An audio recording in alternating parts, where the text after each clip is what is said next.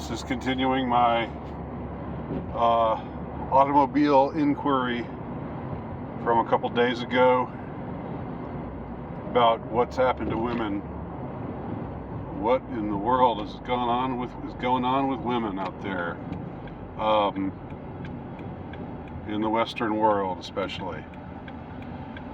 And just to throw in a disclaimer, the same one I should have included in my prior video, but one that I do include in my videos where I muse about the prevalence of BPD amongst the female population, what strikes me as the seeming prevalence of symptoms of so-called BPD, or behavior personality disorder, amongst the female population, to the point where it's almost been mainstreamed, to the point where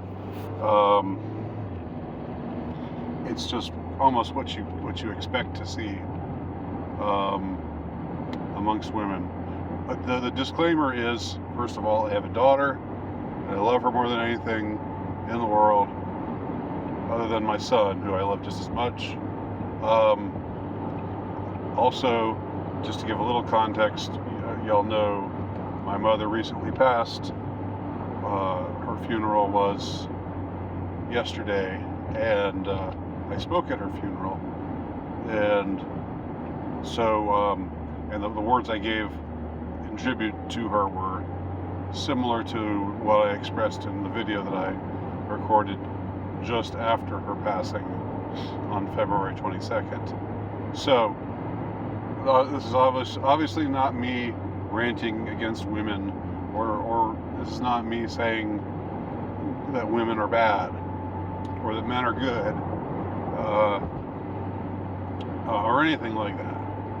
It's just an honest effort to try to understand what the hell is happening, because I don't want to give offense, but I also don't want to be dishonest. I don't want to be disrespectful, but I also don't want to be dishonest.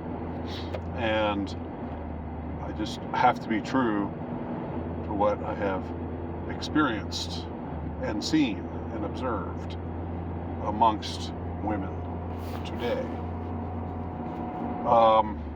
So last time I considered the question, I considered the question, oh, this is just, women have always been this way, and it's just because of feminism that we're seeing more of their true nature, but this has always been their true nature. I reject that notion out of hand. I think the idea that women are just awful in their true nature is just as repellent to me as the idea that men are awful in their true nature. First of all, what does one mean by true nature? You can say, if you're a materialist, if you're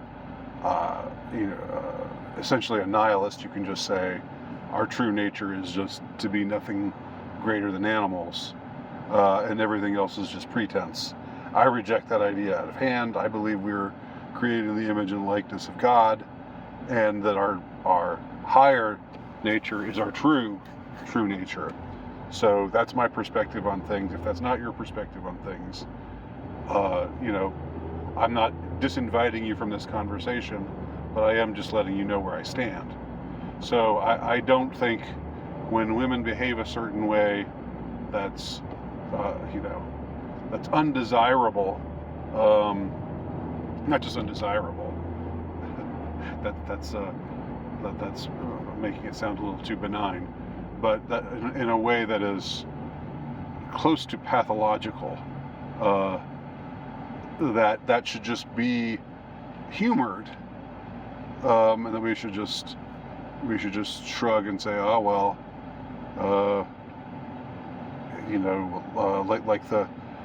like the feckless evangelical pastor that I referenced in my last video, that his counsel about women being unreasonable is just to tell husbands to just shrug and forgive them and just to just tolerate it, and just it's just the mystery of women, and just how they are, and we'll never understand them, blah blah blah. Look, I don't have to understand anything, but you don't have to understand something. You don't have to understand a person in order to have a baseline behavior that you demand that they meet. And even demand is putting it too strongly. Like, just don't be a psycho. Right? Don't be disagreeable. Just try. You try to be, I don't know, try to be a reasonable human being. That's a baseline that it's not unreasonable for any of us to ask for anybody else, male and female alike. So also in the last video, I talked about the way that I was willing to consider the idea that children are more often abused in their youth. Well, obviously, I mean, children are in their youth, but people who behave in ways that are unreasonable and seem borderline psychotic, I'm willing to consider the idea that abuse is just much more common than we think it is.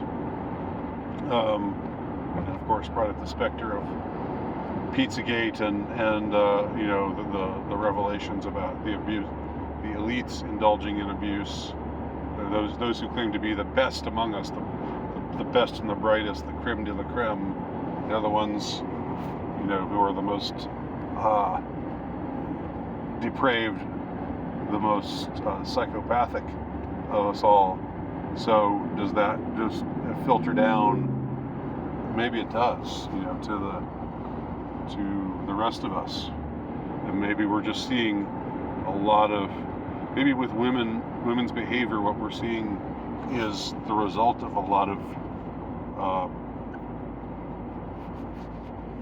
people who were abused in their youth.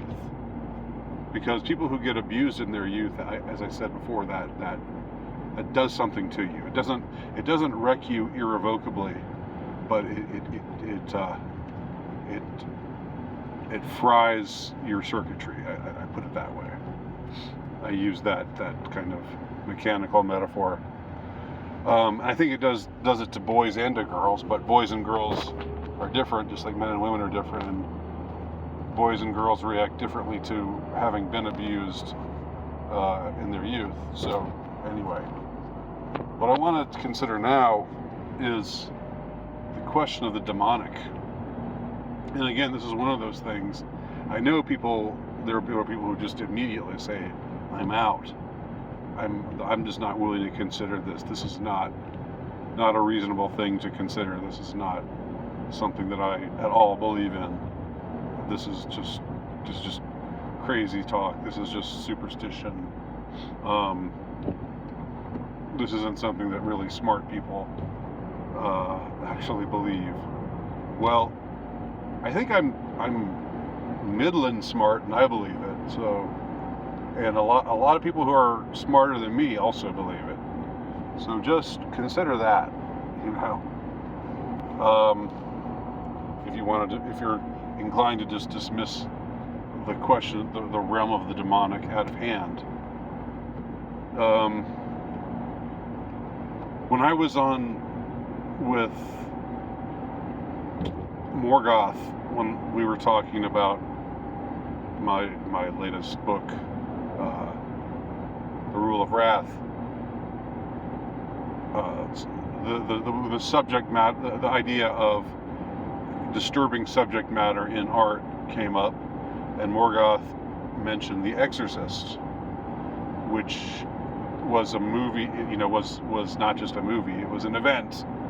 It was something that it was a cultural watershed moment for many, many people. And it was released in 1974, I think. I believe 74 was the year. And this was the close to the high water mark of materialism, I think.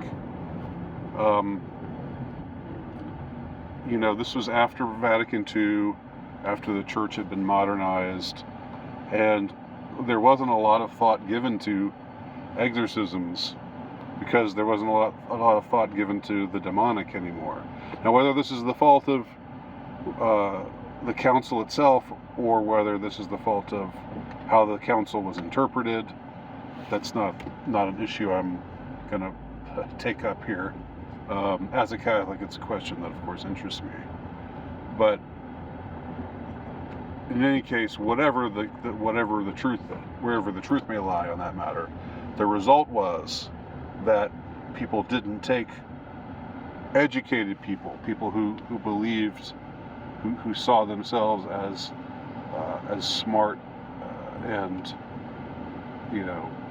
smarter than the average bear type people, didn't take the notion of the demonic seriously and thought that exorcisms were just silly. And that movie, The Exorcist, based on a book that came before it by Peter Blatty,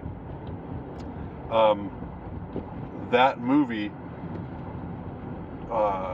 really threw people for a loop because it presented the demonic and it presented exorcism in a way that horrified people.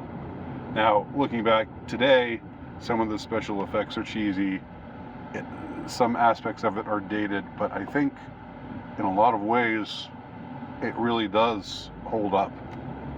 And it really is an ordeal to watch.